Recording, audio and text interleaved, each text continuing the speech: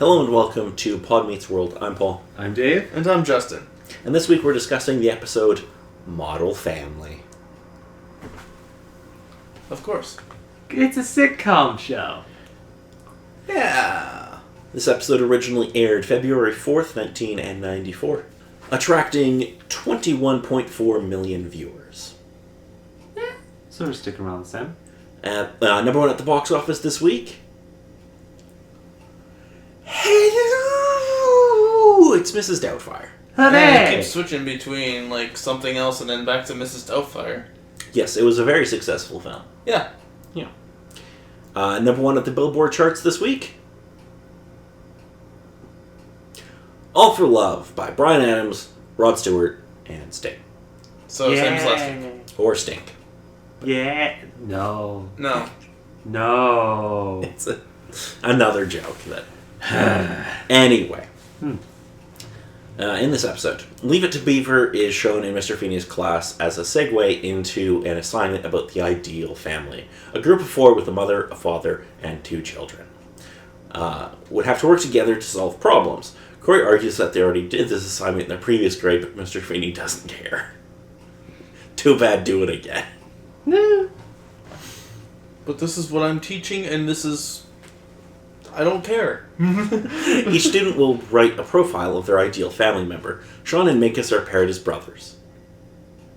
Yes. Of course. Yes. Uh-huh. Which means Minkus must write a profile for his ideal brother, who will be portrayed by Sean, and vice versa. Cory's laughing at Sean's predicament until he gets assigned as their father, and Topanga as the mother. Foreshadowing. Of course. Foreshadowing. Anyway, Eric and his friend Jason are at the mall, striking out with girls when an attractive woman comes up to Eric and offers him a modeling job. Scam, scam, scam, scam, scam alert. Wow, you look like a handsome man. Hey. Justin, can we hire you to, scam people into giving away their money? No. Because that was very convincing. I said sarcasm. Just me? Sarcastic? Never. Jason is adamant Eric doesn't abandon him for some strange woman, but knows when he's beat and leaves. Are you really going to leave me? Oh, okay, I'm gone. Pretty much. Meanwhile, at the house, Cory and his model family are going over each other's profiles. Topanga's model husband is in tune with Mother Nature, while Cory's model wife reads like a friend who's supposed to let him win at games. And why don't you just marry Sean? Well, the children will look like horses. And Cory, I think you need to take biology together, bud. As an only child, Minkus has a 40-page booklet on ideals for his perfect sibling, which Sean immediately and quite literally just throws away. Eric interrupts the not-so-model family to tell the kids he was discovered at the mall, and they inform him he was scammed. He paid $90 for modeling photos, and when his parents come home from shopping, Cory tells them what happened. Minkus was also discovered. So, Suffice to say, Alan is furious over his son forking over $90 for pictures, but Amy takes him outside and convinces him not to yell at Eric. It's fine. He'll learn. Instead, they should hang back and let Eric learn from his mistake. It works to a point when Eric meets them outside on the way to the mall to get his money back. But as soon as he gets to the mall kiosk, she tells him that she got him a modeling job at the mall. Eric gets home to inform his family that he's going to quit his job at the grocery store to pursue modeling. Amy decides to try things Alan's way, and after a lecture, Eric is still convinced his mall gig is the way to go, so Alan lets it go. Sort of. Cory more than anyone is surprised and thinks his dad is making a mistake, but Alan seems to think Amy's right about Eric going through with the potential mall mistake and learning something from it. The next day, Cory's model family are giving their presentation to Mr. Feeney. Cory is sporting a Navajo headband. Topanga is in a Phillies jersey. Sean is rocking a glasses, sweater, vest combo. And Minkus has abandoned his glasses for a gas station looking shirt. Yeah, the problem they seem sounds to... about right. The problem they have to solve is older brother Minkus wanting a tattoo. Which, yes. Mm-hmm. Yes. And he has Just a with- tattoo. Just with the particular problem, or the fact that he went ahead and did it anyway? In the end, he reveals he got a temporary tattoo without telling anyone. Cory's upset that Minkus screwed up the assignment, but Mr. Feeney tells him otherwise. Real families have to adapt to things that happen, whether expected or not. Life isn't perfect, like Leave It to Beaver. That's something Eric finds out when he shows up to his modeling gig, only to realize he has to dress up in a lobster costume to promote a restaurant. What's more, he has to get into a dunk tank in front of everyone, including his family and some girls who have been falling over his male model status. His friend manages to dunk Eric in a tank of butter to win a free lobster dinner. Butter! That's fucking cruel. That is cruel. It would have to be hot.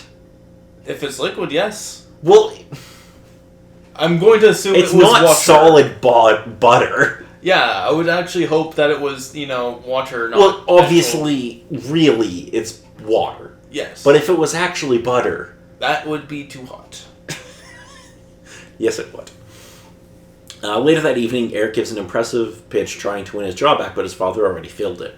After some pleading, Alan relents and gives Eric the weekend night shift. Cory figures Eric should take it because he won't be using his Friday and Saturday... because he won't be using his Fridays and Saturdays for dates after the girls who saw him as Lobster Boy tell every other girl about it. Eric accepts and goes to his room. Cory compliments his father on how he handled the whole situation, evoking Mr. Feeney's words about how a family is a living, breathing thing. He ends up implying that he may have gotten a tattoo. The end credits tag show Cory at the mall flexing in front of the model woman. He's trying to get discovered, but she's not interested. She ignores him for a while and finally manages to chase him away by asking for $90 needed for a portfolio. Like, do you have $90? Oh, God. It's like, this is pretty pointless trying to scam you, kid. You don't have money. Alrighty, so what did you all think of this episode? It turned out to be a fairly good episode, just showing the fact that families are not all perfect, life is all crazy, and just gotta go with the things. Learn from your mistakes. So, yeah. Families generally are not perfect. Yes, so, did either of you have anything else you wanted to add about this? David, I know you were... Well, first obvious thing that sort of came up was, that's my brother Eric! That's my brother Eric out there! Best way It's so to be good. discovered. And just, ooh, it's understandable in some sort of cases, but gosh darn it, Eric. Why did you have to be, why is he still stupid? Eric is pretty dumb. No, he's average teenager stupid. I was not that stupid. Justin. No. I don't give in to peer pressure like that. And get scammed. Justin, would you like a cigarette? No. I'll punch you in the face. Fine, but I'm not So- getting a cigarette. Anyway, anything else to add? Alrighty. So then, next week we'll be discussing the episode Risky Business. Cory and Sean bet on horse races for a school project, but they soon learn the hard way that there are things in life that aren't worth risking. Dun dun So dun! they're gambling in the next episode? Well, yes. Okay. Yes. Oh boy. It's going to be a good time. So until then, I'm Paul. I'm Dave. And I'm Justin.